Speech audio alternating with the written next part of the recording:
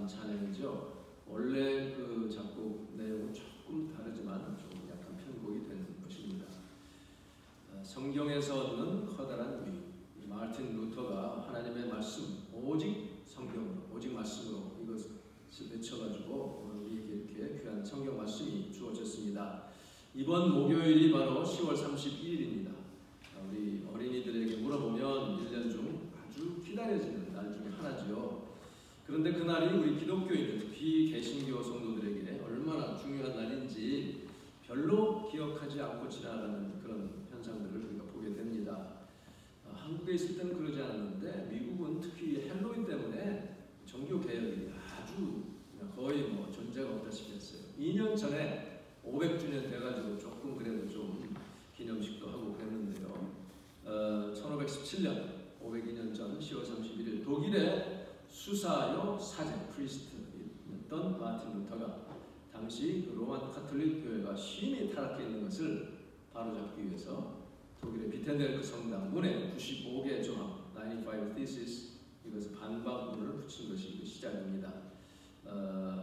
이 당시 이제 서방 교회가 웨스턴 처치가 교황을 중심으로 하는 그런 정치 체제, 또 면죄부 판례, 인달전스, 그리고 그것과 연결해서 연옥, 펄거토리에서 면죄부를 사면 천국으로 올라갈 수 있다고, 죽은 영혼들에 대한 그 교황권의 어떤 그런 주장 이런 것들, 그리고 또 중요한 것은 공로로 구원받는 그 work righteousness, 우리가 선한 일을 행해야, 믿음뿐 아니라 선한 일을 행해야만 구원을 받을 수 있다고 하는 그런 잘못된 그런 신앙관을 비판한 것이죠. 95개 조항이 주로 면죄부 얘기, work righteousness에 대한 그런 반박 내용들이 들어 있습니다. 그 연옥에 대한 그런 얘기들을. 그래서 세 가지, 오직 솔라 스크립처라, 오직 말씀으로, 성경으로, 오직 은혜로, 솔라 그레티아, 또 오직 믿음으로, 솔라 피데, 이것을 강조함으로써 그 당시 부패한 교황 제도 중심의 교회와 그 제도를 개혁하고자 했던 것이 마틴 루터입니다. 루터는 애당초 빠져나와서 뭐 이렇게 따로 하려고 했던 사람이 아니에요. 캐톨릭 교회 안에서 개혁하려고 했으나, 그러나 하나님은 그것을 원치 않았던 것이죠. 그 루터 개혁 이전에도 100여 년 전에 벌써 존 위클리프, 이안 후스 같은 이런 개혁가들이 선구자로서 개혁을 담당했어요. 영국의 존 위클리프가 그 성경을 라틴어를 영어로 번역을 했고요. 또 후스 같은 사람에게 그 개혁을 했으나 교황청의 박해를 받았죠. 그래서 후스 같은 사람은 나중에 결국은 화형에 처해지게 되고요.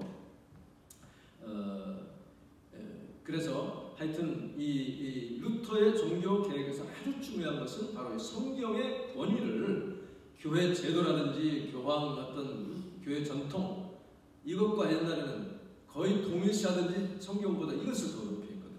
교회 전통과 교황의 어떤 발칙령 이런 것들을. 그런데 이것을 가장 높은 곳에 두었어요. 그래서 성경 말씀을 또 한 가지는 일반 신도들도 읽을 수 있도록, 과거에는 라틴어로 된 것만 이렇게 했고 교회에서 해석해준 그것만을 받게 했어요. 그것만 달달 외우게. 일반인들이 성경을 못 읽게 했습니다. 그것을 루터가 과감히 독일어로 번역을 했습니다. 당시에 또 그 얼마 전에 구텐베르크가 인쇄술을 개발해가지고 그것으로 말미암아 이 독일어로 된 성경이 삽시간에 전 독일 전국에 퍼지게 됐습니다.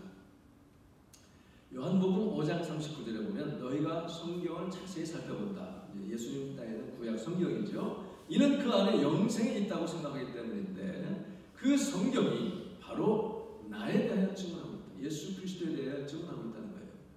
근데 그 과거 로마 교황들을 보면 성경, 구약 성경이 꼭 예수님을 증언하는 게 아니다. 그렇게도 얘기하고요. 또 신약 성경도 반드시 예수님만이 구원자가 아니라 유대인들, 지금 유대교 신약을 인정하지 않는 유대인들에게도 해당되는, 그래서 유대인들이 지금도 메시아 기다리는데 그것도 맞다 이런 식으로 발표한 내용이 있습니다. 그 라칭거가 교황 되실 때 하여튼 그런 내용들이 있는데, 어쨌든 간에 그래서 이 가톨릭에서는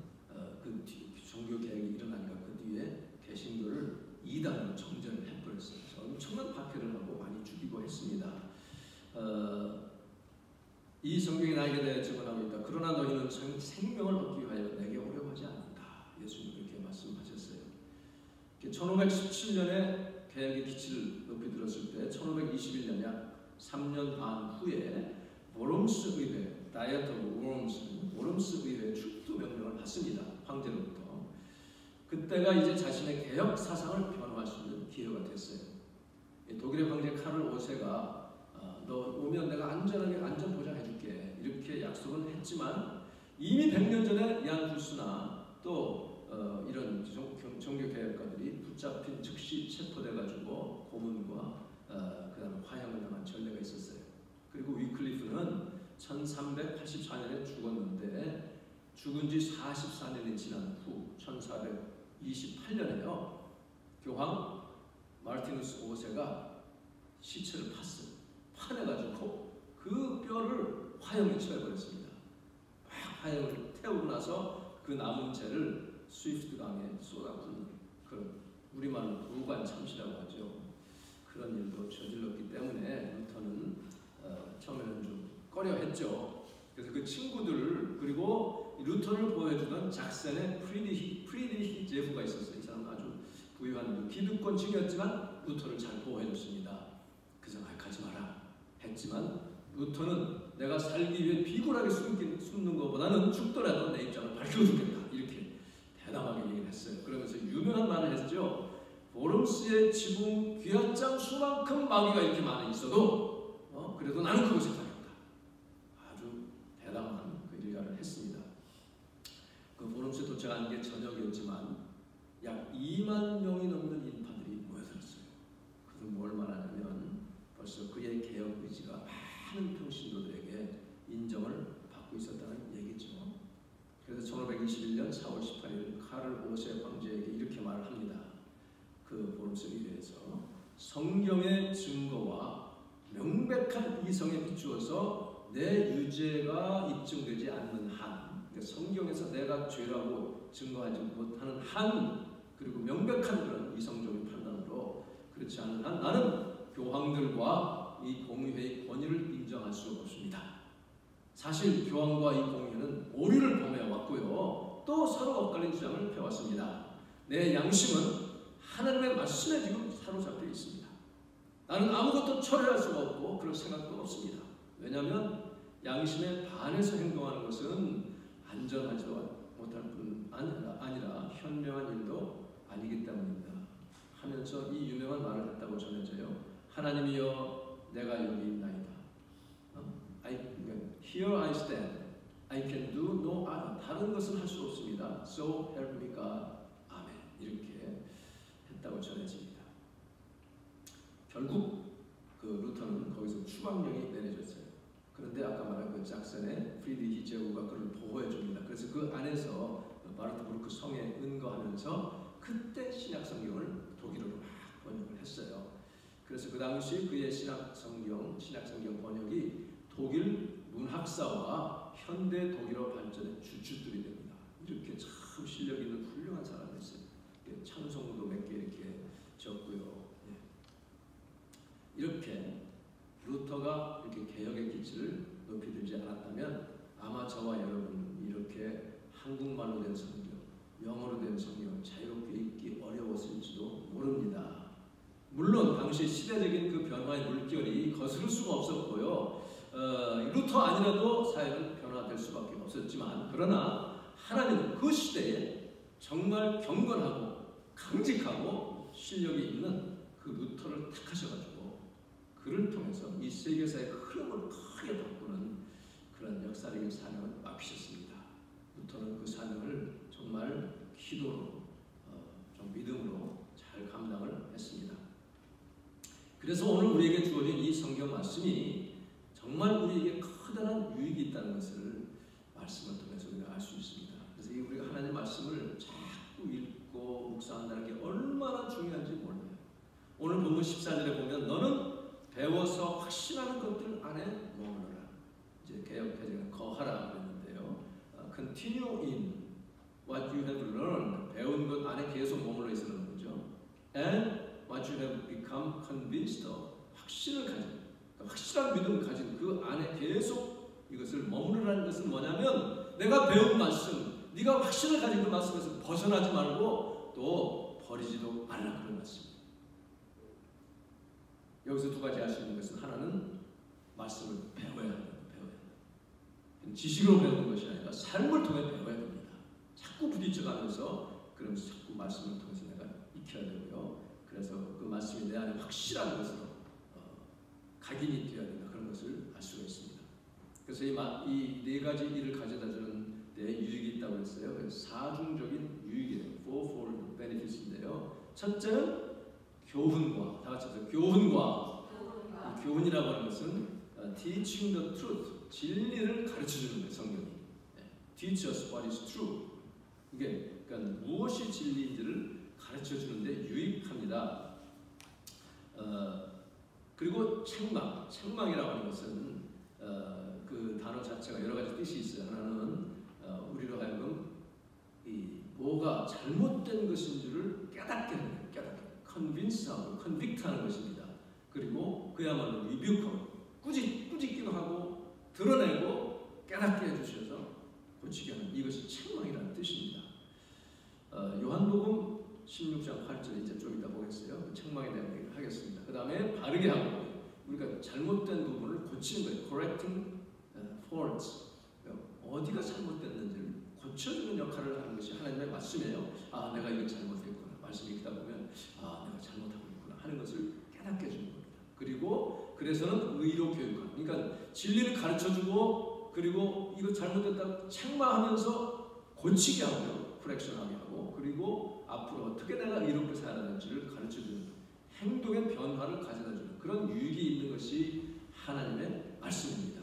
그래서 그 배우고 확신한 그 안에 거하여서 여러분의 삶이 더욱더 주님 닮아가고 변화되고 사람들에게 영향 끼치는 은혜가 있기를 주님의 이름으로 축복합니다. 그러려면요 우리가 말씀을 체험해야 되죠. 살아있는 말씀이 되어야 되고요. 그 체험된 말씀을 가지게 되면 고난을 견뎌내야 되죠. 말씀으로 인해서 어려움이 올 때 마태복음 13장에 보면 씨 뿌리는 자의 그 비유가 나오잖아요. 이게 이제 진리를 가르쳐주는 거죠. 이 교훈하는 거죠. 그래서 길가에 떨어진 씨는 새가 와서 금방 반질반질하니까 얼른 먹어버리고 이것은 한쪽 귀로 들어오지도 않는 거예요. 흘려버리는 그런 것이고 또 마음이 단단해진 거죠. 그 다음에는 돌짝밭, 흙이 얇은 돌밭에 떨어지니까 금방 뿌리가 나지만 또 싹이 나지만 어떻게 됐어요? 햇볕이 내려쬐니까 고난이 올 때에 그게 뭐라고 되어 있냐면 말씀을 인해서 고난이 올 때 내가 말씀을 깨달았어요. 말씀대로 살기로 마음을 먹고 삶을 고칩니다. 그때 고난이 온다는 거죠. 그럴 때에 이것을 이겨낼 수 있는 힘을 또한 말씀을 통해서 얻어야 되는 것입니다. 그것이 바로 너희가 배우고 확신한 말씀에 거하라 그런 얘기죠. 가시덤불, 세상의 염려, 재물의 유혹 이런 것 때문에 결실하지 못하는 자가 아니라 좋은 밭이 되어서 기쁨으로 그것을 받아서 열매 맺는 삶이 되라고 말씀하고 있죠. 그래서 말씀을 인해서 고난이 오면 그뿐 아니라 어떤 고난이든 내게 고난이 오면 시편 119편 71절에는 이렇게 말합니다. 고난 당한 것이 내게 유익합니다. 이로써 내가 주의 율례를 배우게 되었습니다. 고난 당하는 것이 내게 오히려 유익하다고 고백을 할 수 있다는 것이죠. 마태복음 22장 35절에 보면 한 율법사가 예수를 테스트하기 위해서 묻습니다. 선생님, 율법 중에서 어느 계명이 큽니까? 그러니 예수님이 뭐라고 했어요? 너는 마음을 다하고 뜻을 다하고 힘을 다하고 생명을 다하여 너의 하나님을 사랑하라. 이것이 가장 크고 첫째되는 계명이고 둘째는 이와 같으니 곧 내 이웃을 내 자신과 같이 사랑하라. 이 두 계명이 온 율법과 선지자의 강령이라서 강령이라는 뜻은 뭐냐면 모든 성경책은 율법과 선지자한테는 성경 전체를 가리키는 것입니다. 모든 하나님의 이 말씀 자체는 바로 하나님 사랑하고 이웃 사랑하는 여기에 기초로 하고 거기에 디펜더한 의지한다 하는 것을 말씀하는 것입니다. 이것이 우리에게 진리를 가르쳐주는 것이고 내가 과연 정말 하나님 사랑하는가? 가장 사랑하는가? 내 이웃을 정말 사랑하는가? 이것이 나로 하여금 그렇지 못할 때 나를 책망하는 잘못됐구나. 내가 이렇게 저 사람한테 말한 게 잘못이구나. 고치게 하고요. 이게 바로 하나님의 말씀의 놀라운 유익이요 역사입니다. 이런 식으로 또 전도서 맨 마지막에 보면 12장 13절에 세상 만사의 결론을 들었으니, 이게 이제 솔로몬 왕이 그 부귀영화를 다 누리고 나서도 헛되구나, 정말 헛되구나, 새 아래에서 수많은 다 헛되구나 하면서, 그러나 그 앞에도 보면 너는 청년의 때 정말 즐겁게 지내라, 그러나 마지막 때 심판이 있는 것을 기억하라, 이런 말씀을 했잖아요.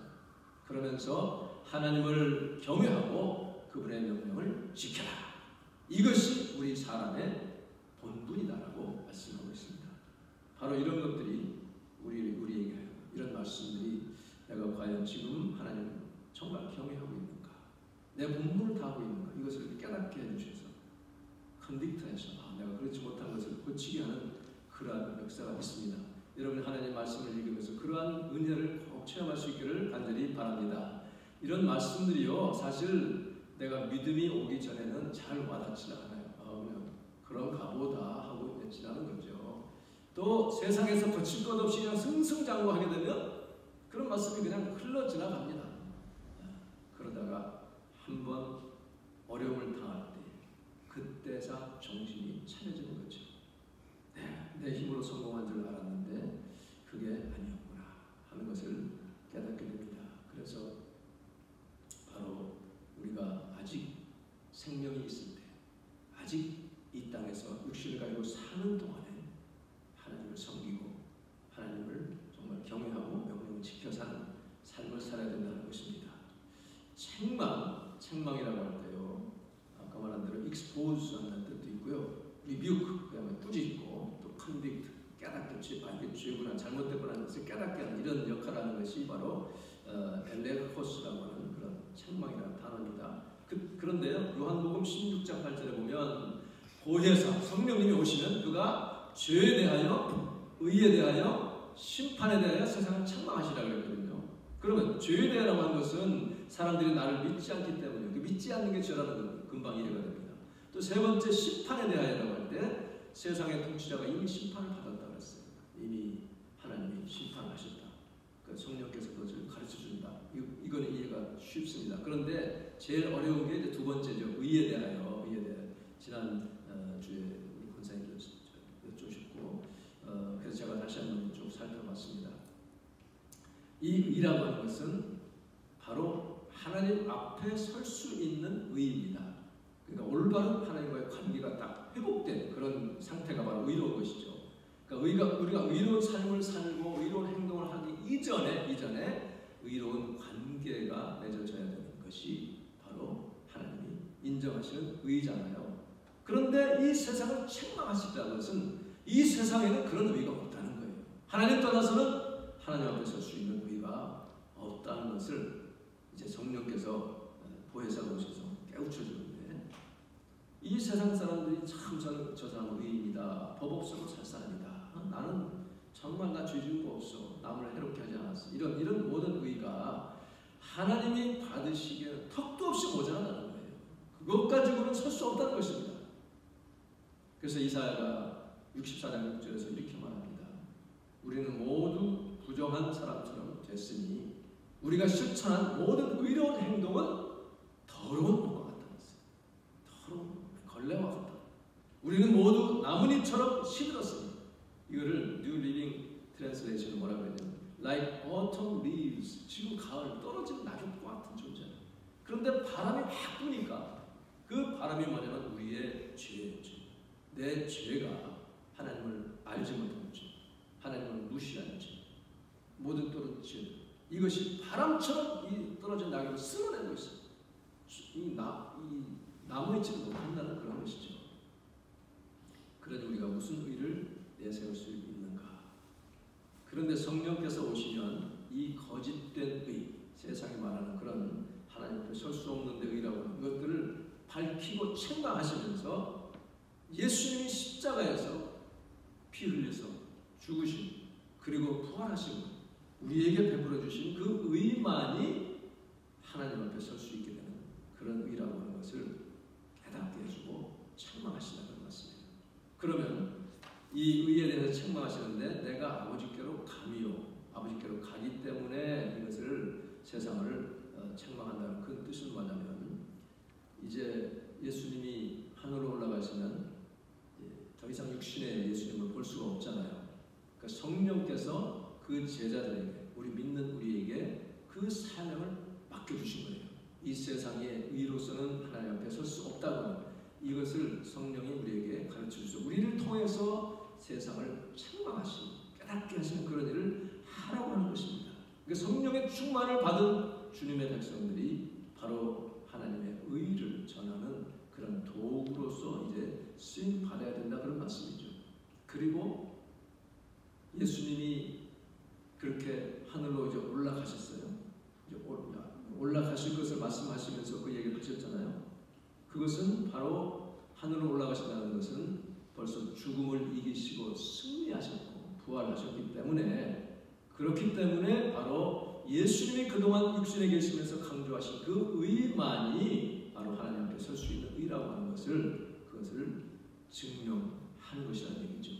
그런데 하늘로 올라가시기 때문에 예수님이 하신 말씀이 예수를 통해서 나로 말미암지 않고는 아버지께로 갈 수 없다고 하는 그것을 증명하게 했으니, 이제는 성령께서 오셔서 믿는 자들에게 그 의를 전하는 것이죠. 나는 벗어서 살 수 있다. 그게 의가 아니라는 것을 이제는 세상으로 깨닫게 하라, 그런 말씀입니다. 이 성경 말씀은 그래서요, 우리가 잘못 행한 것을 직접 꾸짖기도 하고요, 또는 간접적으로 또 꾸짖는 역할을 하죠. 그 예를 보면 민수기에 보면 이제 이스라엘 백성들이 이제 광야에 나가면서 막 주변의 그 나라들을 이제 처치를 하잖아요. 몇 왕들을. 그러자 모압의 왕 발락이 이스라엘 백성들이 막 파죽지세로 다가오니까 두려워가지고 그 이방의 유명한 아주 영험한 점성가 겸 예언자인 발람을 이제 부릅니다.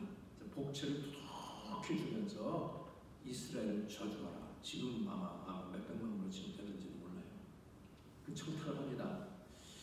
이 발람은 자기 영험한데 뭐니 해도 머니가 최고지. 돈을 주니까는 그래 내가 하나님하고 통하니까 내가 기도합니다.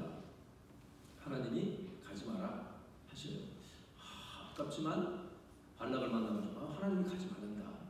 그러니까 발락이 뭐라고 그래요? 더블 더 줄게. 그렇게 하니까 그래 하나님이 가지 말라고 했는데 내가 한 번 더 기도해볼게. 그거 안 되거든요. 한 번 가지 말라 했으면 끝인데 한 번 더 기도하라고 합니다. 이 욕심에 끌린 거죠. 그래서 야고보서 1장 14절에 뭐라고 되어 있어요? 각 사람이 시험을 받는 것은 자기 욕심에 끌려 유혹을 받기 때문이다. 그랬잖아요. 그 끌려서 유혹을 받습니다. 바로 이 말씀이 야고보서 1장 14절 말씀은 진리를 가르쳐주는 거죠. 교훈하는 거죠. 그리고 지금 민수기를 통해서 우리는 간접적으로 지금 그 교훈을 받고 책망을 받게 됩니다.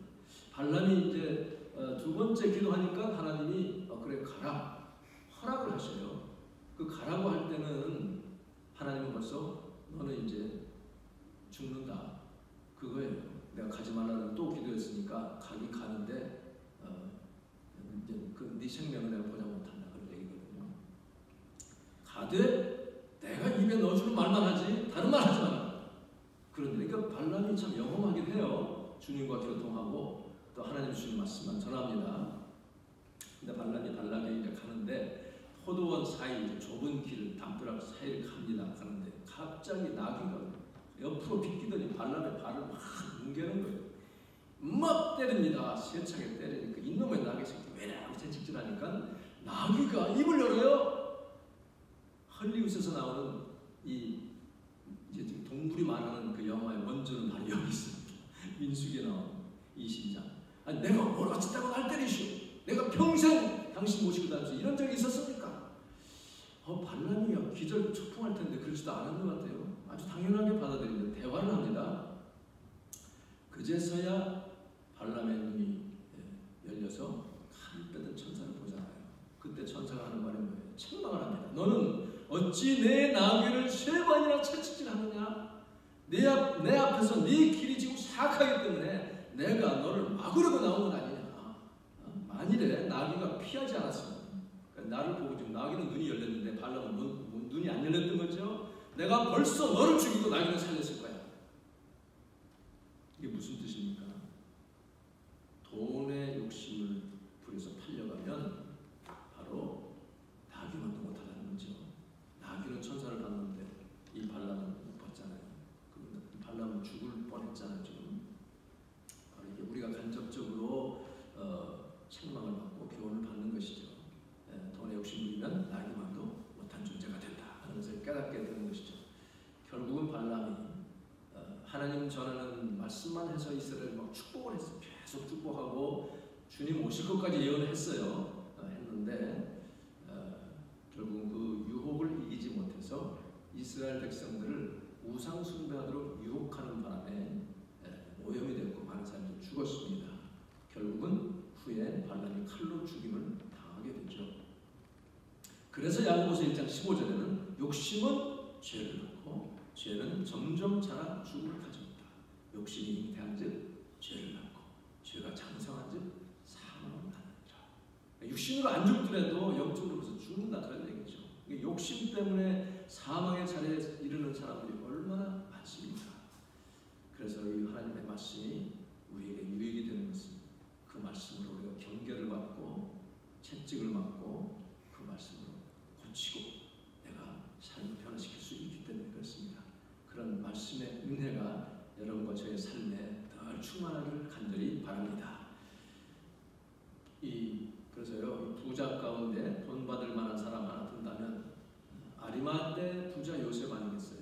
그 아리마대 부자는 예수님이 십자가에 죽었을 때 다들 무서워 도망갔는데 당돌하게 빌라도에 가가지고 예수 시체를 좀 내주시오 하니까 벌써 죽었나? 내주라. 그래가지고 자기 새로 판 무덤, 한 번도 사람은 장사 지낸 적이 없는 그 무덤에 장사를 지내잖아요. 그 요셉, 그도 하나님의 나라를 기대된 자라 이렇게 평가를 받습니다. 정말 돈을 값지게 써야 된다는 것을 우리가 깨닫게 되죠. 루디아 자주 옷감 장사 아닙니까? 그가 바울 일행을 강권해서 자기 집에 모으게 해요. 그래서 자기 집에 교회를 탄생시키는 그런 루디아 같은 사람.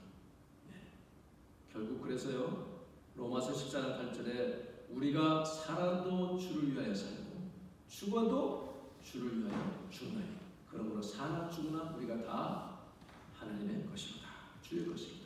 한번 같이 해볼까요? 우리가 살아도 주를 위하여 살고 살아도 주를 위하여 살고 죽어도 주를 위하여 죽나니 죽어도 주를 위하여 죽나니 그러므로 사나 죽으나 그러나 사나 죽으나 우리가 주의 것이로다. 우리가 주의 것이로다. 아멘. 이렇게 이런 말씀들이 나에게 정말 마음에 새겨져서 큰 유익을 받는 우리가 되기를 간절히 바랍니다. 그래서 우리가 어떤 비즈니스를 할 때나 직장을 다니거나 또 구하거나 할 때 또 매일매일 출근할 때 하루 일과를 시작할 때 아이를 돌볼 때 장례를 개척할 때 항상 오늘도 내가 살아도 주를 위하여 살고 죽어도 주를 위하여 죽는. 아까 한시에 그 데이비드 브레이너드도 자기의 생애 목표가 완전히 바뀌었어요. 그래서 나는 정말 주님 위해서 하나님의 영광 위해서 내 생애를 바치겠습니다. 젊은 나이에 그렇게 헌신을 하잖아요. 정말 살아도 주를 위하여 죽어도 주를 위하여 삶으로 하나님 말씀의 은혜가 이렇게 충만되기를 바랍니다. 나머지 얘기는 또 다음 기회에 하도록 하겠습니다. 참 귀한 또 간증이 있지만 시간이 많이 가서 하겠습니다.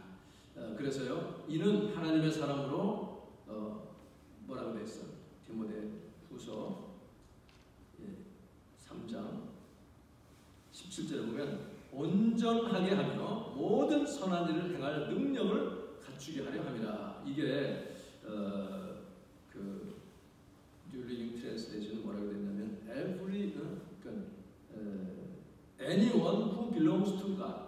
하나님께 속한 자는 누구든지 간에 하나님의 사람은 하나님께 속한 사람은 누구든지 간에 온전하게 되고 그리고 fully equipped 온전하게 이 능력을 갖추게 잘 장비가 갖춰지고 무장이 될 수 있도록 하기 위해서 하나님의 말씀이 우리에게 주어진 거라는 말씀이죠. 그 하나님의 일을 하려면 하나님의 말씀이 마음판에 새겨지고 그 말씀에 이 말씀을 옷 입듯 입어야 되고요. 내 안에서 날마다 생수듯 나와야 됩니다.